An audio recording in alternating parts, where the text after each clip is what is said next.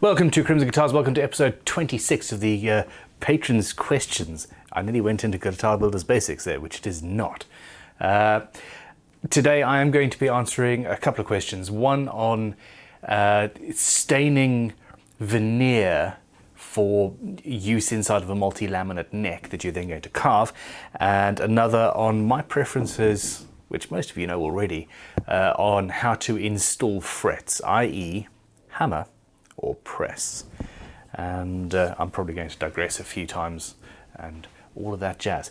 Anyway, let's get the first question off. I don't know why I didn't print anything off. I've taken a photograph of a computer screen because that felt easier. But anyway, this is a question on YouTube. Okay, you guys need to ask questions for the show. I spent longer trying to find something interesting to answer than it is going to take me to film this video.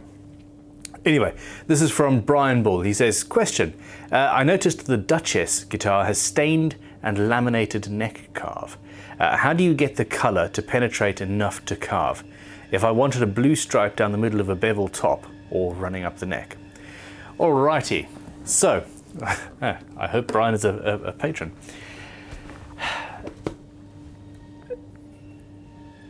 I experimented quite a lot. With that particular guitar, Duchess has got blue and red veneer stripes, about 3mm thick. I'm pretty sure it was 2.6mm exactly, actually. And bright blue and bright red. And then very coolly, they actually sort of swap orientations. But anyway, I played around a lot with various different stains, and nothing I did was actually totally successful, because you stain the wood, flood it from both sides, and at 3mm thick or 2.5mm thick, it's too much. It was just, I could not get the stain to penetrate deep enough so that when I carved it, you didn't have a sort of, I mean, the red turned pink at best in the middle, and you know, the wood was just standard wood for most of it. And that was using stunning stains. It was using some spirit stain. I had some candy color as well, and nothing I could do short of nothing I could do actually worked. With the red, it did look like I had been committed bloody murder, shall we say. But anyway, what I ended up doing was I bought some pre-stained veneer that was I think 0.7 of a millimeter or 0.6 of a millimeter thick, and I laminated that together. So each one of those stripes is 3 or 4 pieces of veneer glued together that came to me pre-stained, and that was by far the easiest option and the only way that I could find that would get me something that I could carve through. Now, there is a process that could be done. I could have built a vacuum chamber, the same sort of thing that people use for flooding wood with resin, etc. I really need to start playing with that, actually. And that would have worked, or possibly just submerge a large piece of wood in a huge vat of stain or dye. I didn't have that much stain or dye. I had some bottles. Hell, I'm the manufacturer, and I still didn't have enough to do that.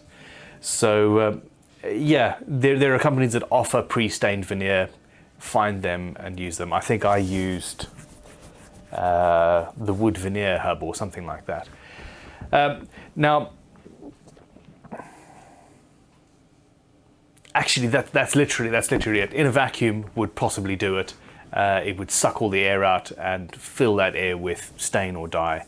But again, you're actually having to flood it in a huge chamber full of stain.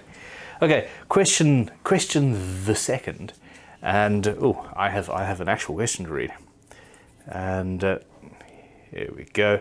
This is from Jim Griffin. He says, hey, let's do it like this. Hey Bean, here's a question I've had for a while. What do you think is the best method for seating frets, mallet or press? And he goes on, and there's many other questions. Do you think there's a need for a radius when considering neck building specs for fretboard? And is there... It goes on and on and on and on. So,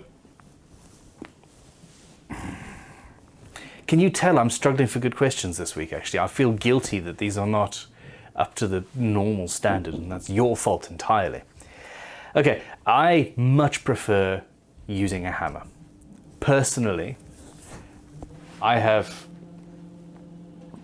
my fretting hammers over there, and I feel like I have so much more control over what's happening than I do with a fret press.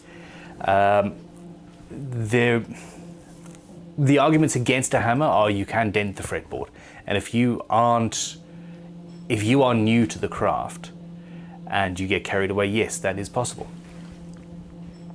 And less than ideal. I mean, fixing a dent is not too difficult. There we go. That's actually given me a question for the Guitar Builders Basics, which I'm going to answer here as well.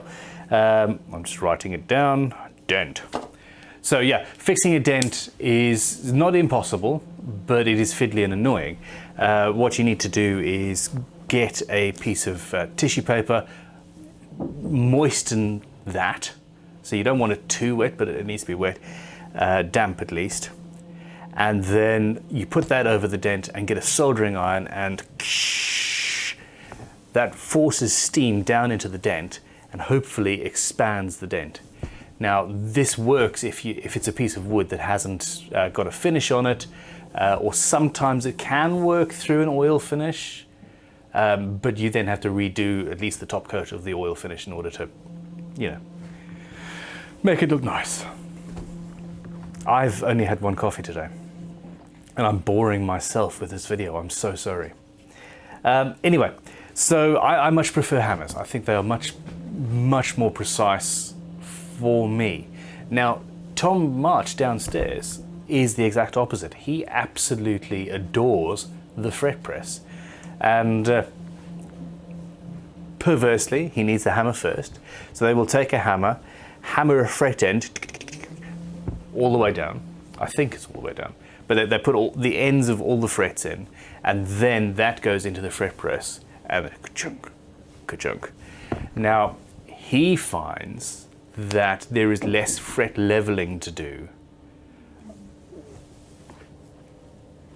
Basically, if you're doing the same motion 24 times, you tend to use the same pressure, and he gets a very, very even response. I have seen diabolical fret jobs done by people downstairs using a fret press where they just can't get the motion right. And that's the thing. I think it really comes down to, I am used to using hammers. I enjoy using hammers. I fretted 100 guitars before I even experienced a fret press. And that's that. Okay, this is a short one. I'm going to go and find some coffee. And I very much would like you guys to give me some questions, please. And that is your homework. I will be back for Patrons Questions 27 next week. Have a great week. Enjoy making sawdust. And please let me know what you think of what's happening on Patreon at the moment. The sort of behind the scenes stuff. The next video, I'm trying to figure out what I'm going to do on that one now. I'm going to take the camera around and I think talk to...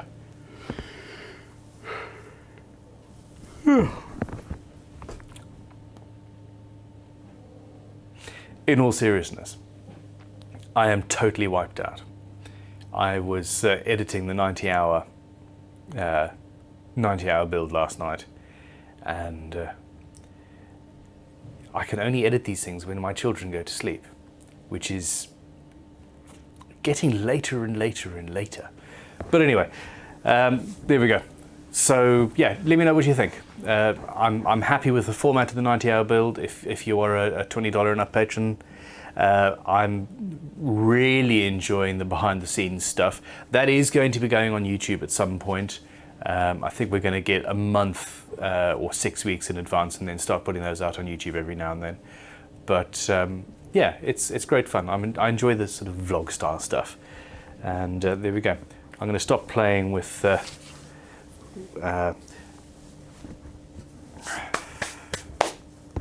scrapings of resin and go and drink some coffee. I love you guys.